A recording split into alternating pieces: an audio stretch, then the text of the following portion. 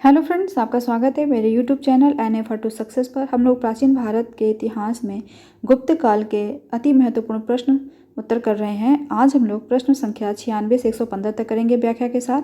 आज हम लोग चंद्रगुप्त द्वितीय, विक्रमादित्य, कुमारगुप्त, स्कंदगुप्त और परवर्ती गुप्त शासकों के बारे में भी जान लेते हैं।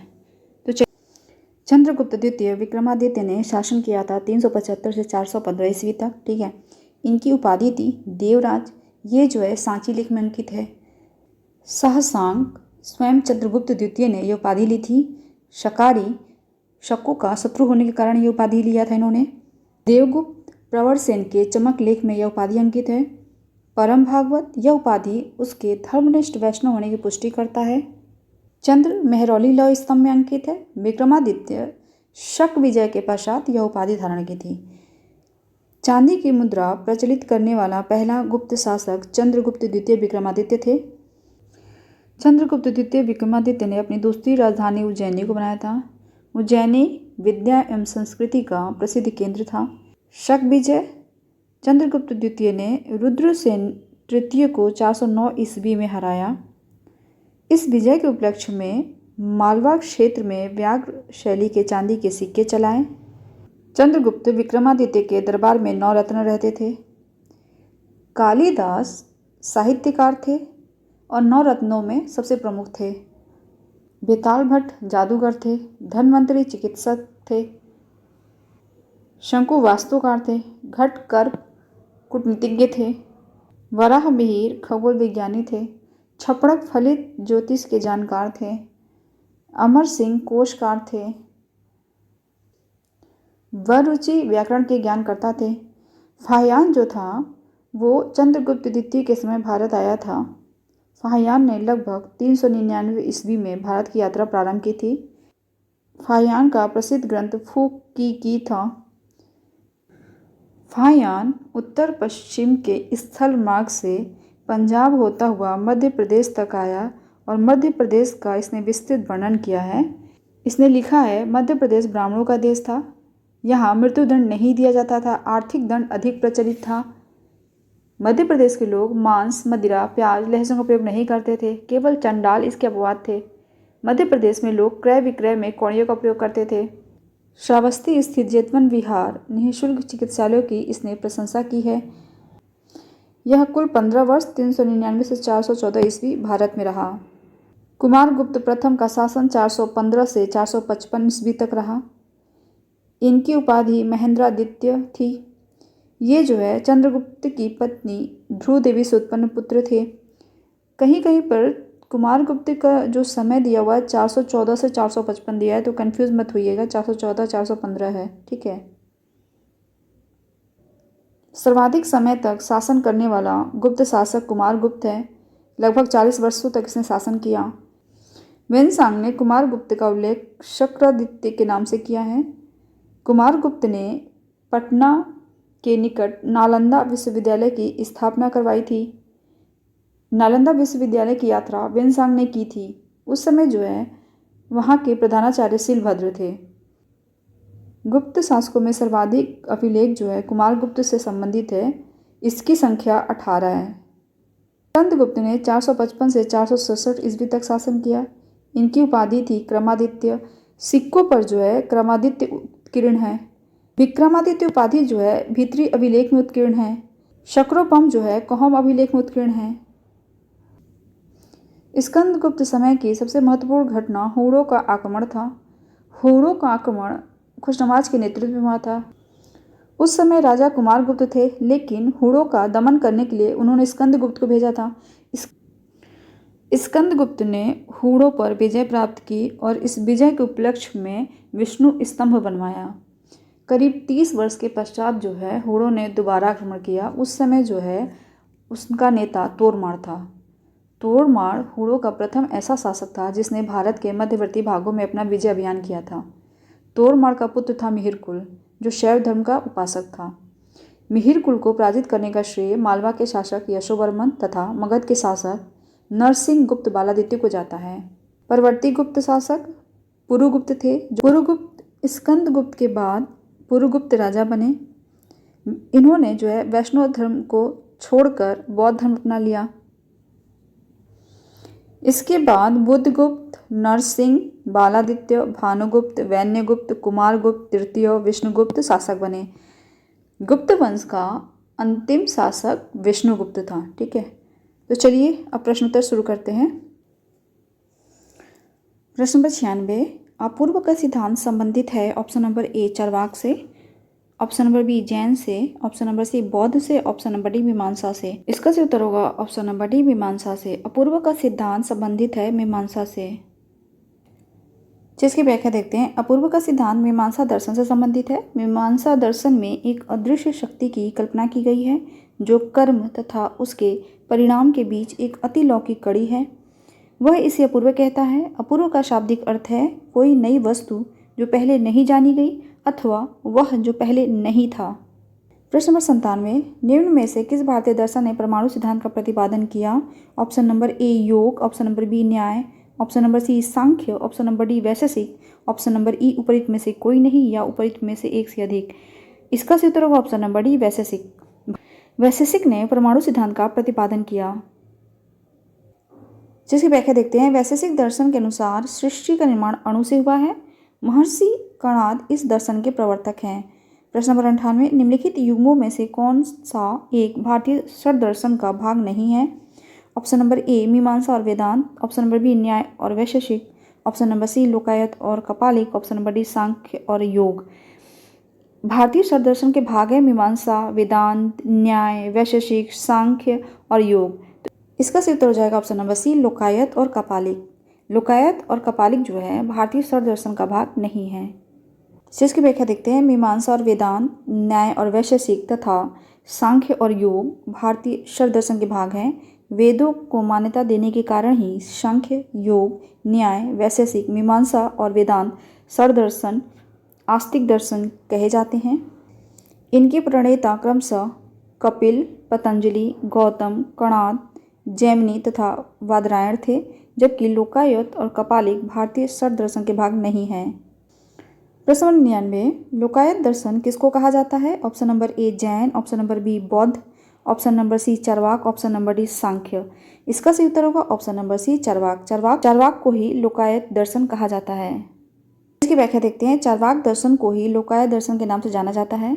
यह भौतिकवादी दर्शन है जो भौतिक या सांसारिक सुख को अधिक महत्व देता है। प्रश्न नंबर 100, अद्वैत दर्शन के संस्थापक हैं। Option number A Shankaracharya, option number B Ramanujacharya, option number C Madhvacharya, option number D Mahatma Buddha, option number E इनमें से कोई नहीं। अद्वैत दर्शन के संस्थापक हैं शंकराचार्य। जो रामानुजाचार्य हैं वो विशिष्ट अद्वैत दर्शन से संबंधित हैं। माधवाचार्य जो हैं द्वैत दर्शन से संबंधित हैं और महात्मा बुद्ध बौद्ध दर्शन से। तो इसका उत्तर हो जाएगा ऑप्शन नंबर ए शंकराचार्य। अद्वैत दर्शन के संस्थापक शंकराचार्य हैं। जिसकी व्याख्या देखते हैं। अद्वैत दर्शन के संस्थापक शंकराचार्य हैं। शंकराचार्य ने प्रस्थानत्रयी, उपनिषद, ब्रह्मसूत्र और भगवद गीता पर भाष्य लिखकर अद्वैतवाद का समर्थन किया।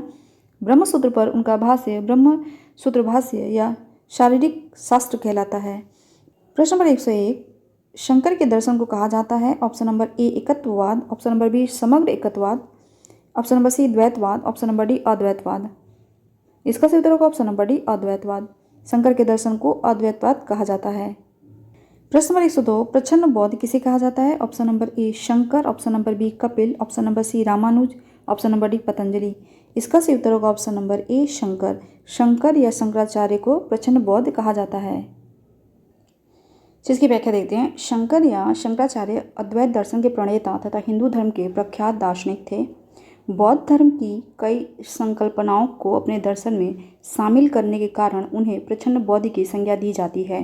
प्रश्न नंबर 103, निम्नलिखित में से अद्वैत वेदांत के अनुसार किसके द्वारा मुक्ति प्राप्त की जा सकती है? ऑप्शन नंबर ए ज्ञान, ऑप्शन नंबर बी कर्म, ऑप्शन नंबर सी भक्ति, ऑप्शन नंबर डी योग, ऑप्शन नंबर ई इनमें से कोई नहीं। तो इसका सही उत्तर होगा ऑप्शन नंबर ए ज्ञान। अद्वैत वेदांत के अनुसार ज्ञान के द्वारा मुक्ति प्राप्त की जा सकती है।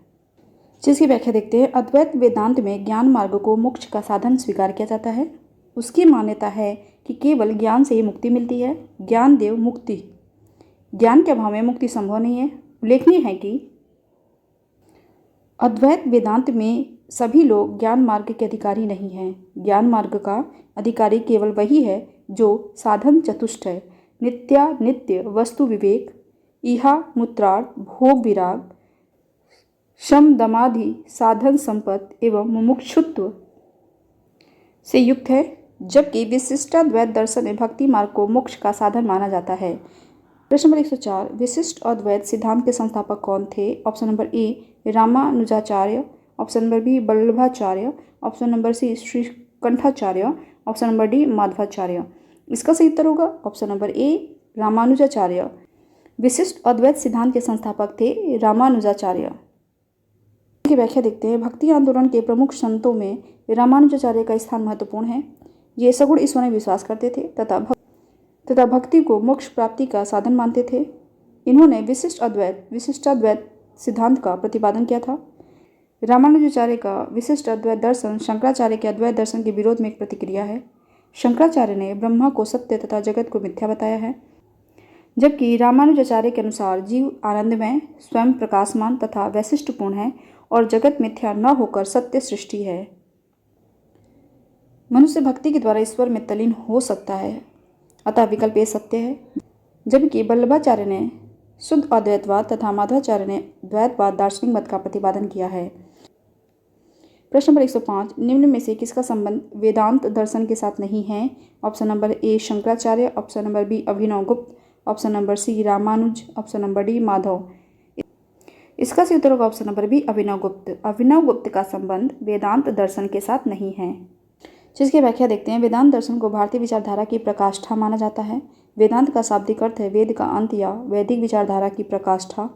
वेदांत दर्शन के 3 आधार हैं, उपनिषद, ब्रह्मसूत्र और भगवद गीता। इन्हें वेदांत दर्शन को प्रस्थानत्रयी कहा जाता है। कई सूक्ष्म भेदों के आधार पर इसके कई उप संप्रदाय एवं इनके प्रवर्तक हैं, जैसे शंकराचार्य का अद्वैतवाद, रामानुज का विशिष्टाद्वैत, माधवाचार्य का द्वैतवाद। अभिनव गुप्त की मुख्य ख्याति तंत्र तथा अलंकार शास्त्र के क्षेत्र में है। ये दर्शन के क्षेत्र में तर्कशास्त्र से जुड़े हुए थे। प्रश्न नंबर 106, सूची 1 को सूची 2 से सम्मिलित कीजिए एवं नीचे दिए गए कूट की सहायता से सही उत्तर चुनिए। सूची 1 संवत्सर, सूची 2 किस समय से गणना? ए विक्रम संवत्सर, उसके सामने दिया है 3102 ईसा पूर्व। बी शक संवत्सर, उसके सामने दिया है 320 ईस्वी। सी गुप्त संवत्सर, उसके सामने दिया 78 ईस्वी। डी कली संवत्सर, उसके सामने दिया 58 ईसा पूर्व और 5 नंबर पे दिया 248 ईस्वी। ठीक है, देखिए विक्रम संवत्सर जो था 58 या 57 ईसा पूर्व माना जाता है, तो आप 58 या 57 कर सकते हैं। ठीक है, और ये जो है 4 नंबर पर दिया हुआ था। ठीक है, शक संवत्सर जो है 78 ईस्वी का है। ठीक है, तो ये जो ऑप्शन दिया था ये 3 नंबर पे दिया था, तो ए का 4 होगा, बी का 3 होगा। ठीक है, गुप्त संवत 319-320 ईस्वी का है, तो प्रश्न में 320 दे रखा है, तो हम लोग 320 ईस्वी मान लेते हैं, तो इसका ऑप्शन हो जाएगा ऑप्शन नंबर 2। कलित संवत्सर जो है 3102 ईसा पूर्व का है और इसका जो है नंबर दिया है 1। ठीक है, तो क्या था? ए का 4, बी का 3, सी का 2, डी का 1। तो देखिए ऑप्शन नंबर डी, देखिए 4 3 2 1, तो इसका सही उत्तर हो जाएगा ऑप्शन नंबर डी 4 3 2 1। तो इसकी व्याख्या देख लेते हैं। विक्रम संवत को कृत संवत या मालव संवत भी कहते हैं। इसकी तिथि 57 या 58 ईसा पूर्व मानी जाती है। शक संवत की तिथि 78 ईस्वी मानी जाती है तथा इस संवत का प्रवर्तक कनिष्क को माना जाता है। गुप्त संवत की स्थापना चंद्रगुप्त प्रथम ने 319-320 ईस्वी में की थी। कली संवत 3102 ईसा पूर्व का माना जाता है।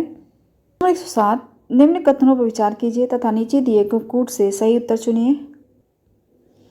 कथन 1 है विक्रम संवत 58 ईसा पूर्व से आरंभ हुआ। कथन 2 है शक संवत सन 78 से आरंभ हुआ। कथन 3 है गुप्त काल सन 319 से आरंभ हुआ। कथन 4 है भारत में मुसलमान शासन का युग सन 1192 से शुरू हुआ। विक्रम संवत 57-58 ईसा पूर्व से आरंभ हुआ, ये सही है। शक संवत सन 78 से आरंभ हुआ, ये भी सही है। गुप्त काल सन 319 से आरंभ हुआ, ये भी सही है। भारत में मुसलमान शासन का युग सन 1192 में शुरू हुआ तराइन के द्वितीय युद्ध से, तो ये भी सही है। तो सभी कथन सही है। तो चलिए ऑप्शन देख लेते हैं। ऑप्शन नंबर डी देखिए 1 2 3 4, यही जो है सही उत्तर होगा।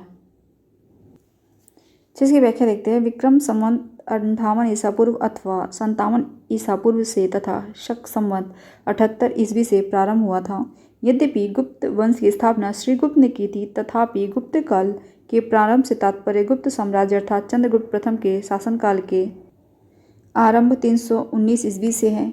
साथ ही यद्यपि 8वीं शताब्दी ईस्वी के प्रारंभ में ही मोहम्मद बिन कासिम द्वारा भारत के सिंध प्रांत को अधिकृत कर लिया गया था, परंतु भारत में मुसलमान शासन का युग मोहम्मद गोरी की तराइन के द्वितीय युद्ध में विजय 1192 ईस्वी से प्रारंभ माना जाता है।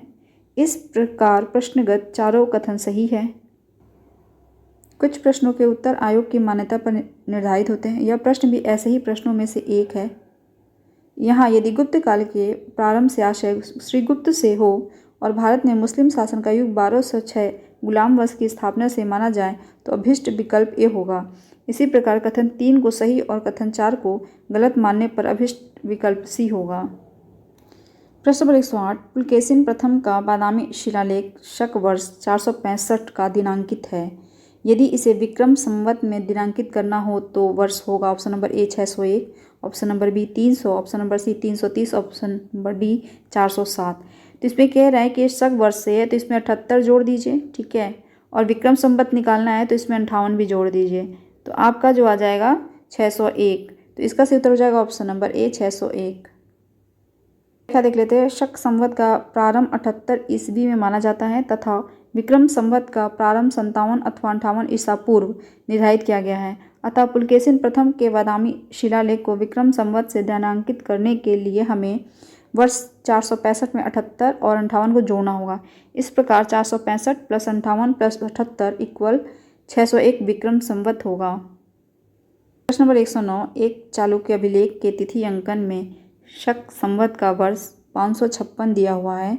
इसका तुल्य वर्ष है ऑप्शन नंबर ए 478 ईस्वी, ऑप्शन नंबर बी 499 ईस्वी, ऑप्शन नंबर सी 613 ईस्वी, ऑप्शन नंबर डी 634 ईस्वी।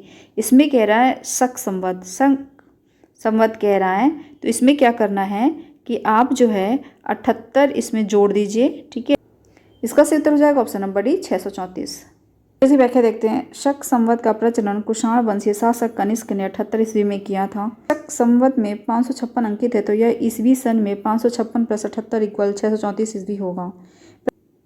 प्रश्न नंबर 110, पुराणों के अनुसार चंद्रवंशीय शासकों का मूल स्थान था। Option number A Kashi, option number B Ayodhya, option number C Pratishthanpur, option number D Shravasti. इसका सही उत्तर होगा ऑप्शन नंबर सी प्रतिष्ठानपुर। पुराणों के अनुसार चंद्रवंशीय शासकों का मूल स्थान प्रतिष्ठानपुर था। की व्याख्या देखते हैं। पुराणों के अनुसार चंद्रवंश या सोमवंश क्षत्रिय वर्ण के 3 मूल वंशों, अन्य 2 सूर्यवंश एवं अग्निवंश में से एक था। चंद्रवंशीय शासकों का मूल स्थान त्रेता युग में प्रयाग था, परंतु प्रलय के पश्चात द्वापर युग में चंद्रवंशीय संवारण ने प्रतिष्ठानपुर वर्तमान झूसी इलाहाबाद में राजधानी की स्थापना की थी। प्रश्न नंबर 111, मौखरी शासकों की राजधानी थी। Option number A Thaneshwar, option number B Kannauj, option number C Purushapur, option number D उपरोक्त में से कोई नहीं। इसका सही उत्तर होगा option number B Kannauj. Maukhari शासकों की राजधानी कन्नौज थी। मौखरी वंश की स्थापना हरिवर्मा ने 510 ईस्वी में की थी और ये जो थे मूल रूप से गया के थे। इसकी व्याख्या देखते हैं। मौखरी गुप्तों के सामंत थे जो मूलतः गया के निवासी थे। मौखरी वंश के शासकों ने अपनी राजधानी कन्नौज बनाई। इस वंश के प्रमुख शासक हरिवर्मा, आदित्य वर्मा, ईशान वर्मा, शौरव वर्मा एवं ग्रह वर्मा थे। प्रश्न नंबर 112, गुप्त वंश के पतन से लेकर आरंभिक 7वीं शताब्दी में हर्षवर्धन के उत्थान तक उत्तर भारत में निम्नलिखित में से किन राज्यों का शासन था। 1 मगध के गुप्त, 2 मालवा के परमार, 3 थानेश्वर के पुष्यभूति, 4 कन्नौज के मौखरी, 5 देवगिरी के यादव, 6 वल्लभी के मैत्रक। नीचे दिए गए कूट का प्रयोग कर सही उत्तर चुनिए। ऑप्शन नंबर ए 1, 2 और 5, ऑप्शन नंबर बी 1, 3, 4 और 6, ऑप्शन नंबर सी 2, 3 और 4, ऑप्शन नंबर डी 5 और 6। गुप्त शासन के पतन के बाद निम्नलिखित शासनों का उदय हुआ, जैसे मगध के गुप्त, थानेश्वर के पुष्यभूति, कन्नौज के मौखरी, वल्लभी के मैत्रक। तो इस तरीके से जो है सही उत्तर हो जाएगा ऑप्शन नंबर बी 1, 3, 4, 6। जिसे व्याख्या देखते हैं। 6वीं शताब्दी ईस्वी के मध्य तक शक्तिशाली गुप्त साम्राज्य के पतन के फलस्वरूप भारतीय राजनीति में विकेंद्रीकरण तथा विभाजन की प्रवृत्तियां प्रारंभ हो गईं। इस दौरान अनेक स्थानीय सामंतों एवं शासकों ने अपनी स्वतंत्रता घोषित कर दी। गुप्त वंश के पतन से लेकर आरंभिक 7वीं शताब्दी में हर्षवर्धन के उत्थान तक उत्तर भारत में निम्नलिखित राज्यों का शासन था। 1 मगध के गुप्त, 2 थानेश्वर के पुष्यवृत्ति, 3 कन्नौज के मौखरी तथा 4 वल्लभी के मैत्रक। अगर पूर्व एवं पश्चिम का विभाजन न करके केवल उत्तर एवं दक्षिण का विभाजन किया जाए तो विकल्प बी सही उत्तर है। प्रश्न नंबर 113, हर्ष के समय की सूचनाएं किसकी पुस्तकों में निहित है? Option number A Harishena, option number B Kalhana, option number C Kalidasa, option number D इनमें से किसी में नहीं। तो इसका सही उत्तर होगा ऑप्शन नंबर बी कल्हड़। हर्ष के समय की सूचनाएं कल्हड़ की पुस्तक राजतरंगिणी में निहित है। इसकी व्याख्या देखते हैं। हर्ष के समय की विस्तृत सूचना इसके दरबारी कवि बाणभट्ट की कृति हर्षचरित से प्राप्त होती है। इससे जुड़ी कुछ सूचनाएं कल्हड़ कृति राजतरंगिणी से मिलती है। कालिदास एवं हरिशेन की रचनाओं में हर्ष से संबंधित किसी भी सूचना का उल्लेख नहीं है, क्योंकि ये हर्ष से पूर्व के काल के हैं। प्रश्न नंबर 114, हर्षचरित नामक पुस्तक किसने लिखी? Option number A Aryabhatta, option number B Banabhatta, option number C Vishnugupta, option number D Parimal Gupta. इसका सही उत्तर होगा option number B Banabhatta. Harshacharita नामक पुस्तक बाणभट्ट ने लिखी। चलिए व्याख्या देखते हैं। हर्षचरित ग्रंथ की रचना सुप्रसिद्ध लेखक बाणभट्ट ने की थी। यह वर्धन वंश के इतिहास का प्रमुख स्रोत है।